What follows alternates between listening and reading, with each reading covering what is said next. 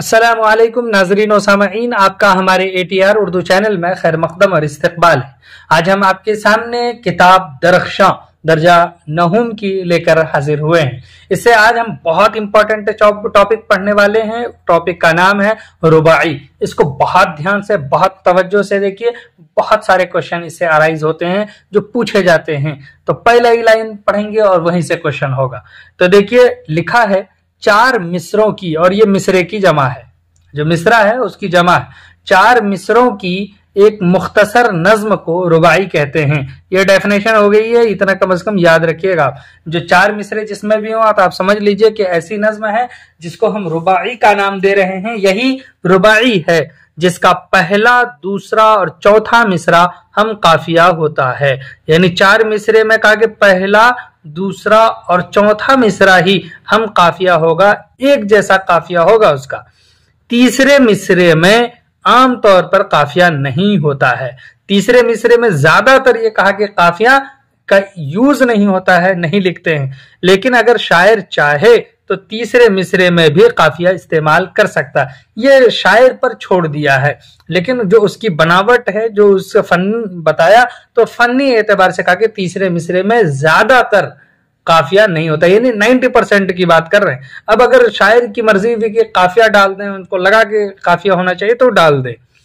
पहले 2 मिसरे में, यानी 1 और 2, पहले 2 मिसरे में किसी बात को पेश करने की तमहीद बांधी जाती है। तो ये याद रखिएगा, पहला दूसरा जो मिसरा होगा वो क्या होता है, तमहीदी होता है। फिर तीसरे मिसरे में बात को आगे बढ़ाते हुए कोई ऐसा पहलू सामने लाया जाता है कि बेसाख्ता जहन असल मौजू की तरफ रागिब हो जाता है। ऐसी बात लाते हैं कि जहन तीसरे मिसरे से असल मौजू की तरफ चला जाता है, उसकी तरफ हमारा ध्यान पड़ जाता है। और तब जाकर चौथे मिसरे में निहायत ही पुरजोर और असर अंगेज तौर पर हासिले मजमून को इस तरह पेश किया जाता है कि पढ़ने वाले पर एक ड्रामाई असर कायम होता है। ये मिसरा इतना जोरदार होता है कि मजमून का सारा निचोड़ उसमें आ जाता है। और ये खास बात इस सिन्फ की ये है कि उसका वजन मखसूस है। किसका? रुबाई का। कह रहे हैं कि इस सिन्फ की ये अहम बात और खास बात है कि वजन इसका बिल्कुल मखसूस है, यानी निर्धारित है।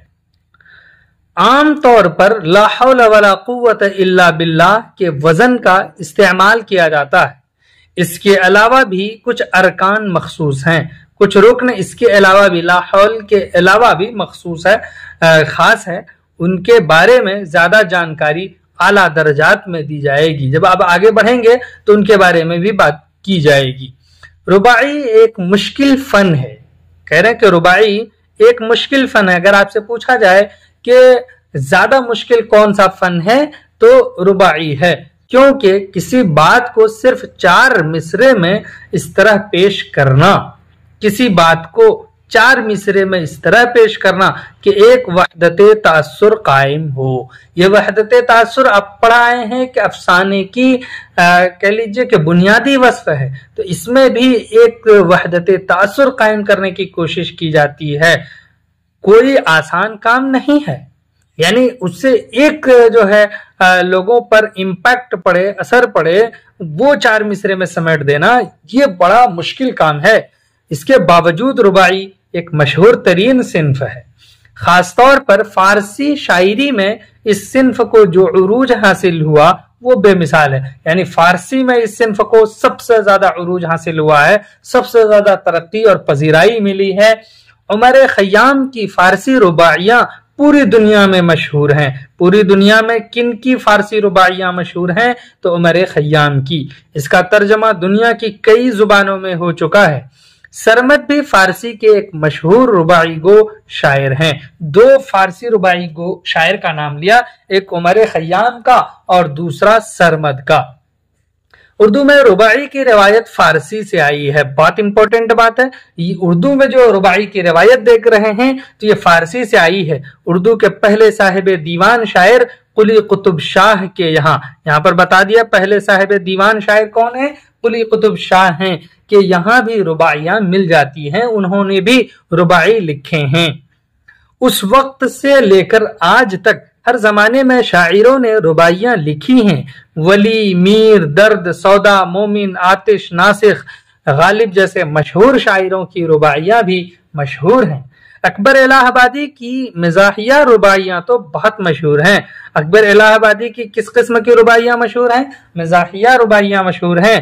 حالیہ دور میں رگھوپتی سہائے فراق گورکھپوری، تو یاد رکھیے گا، رگھوپتی سہائے فراق گورکھپوری کی رباعیوں کو کافی شہرت ملی ہے، اور ان کی رباعیوں کے مجموعے کا نام ہے روپ۔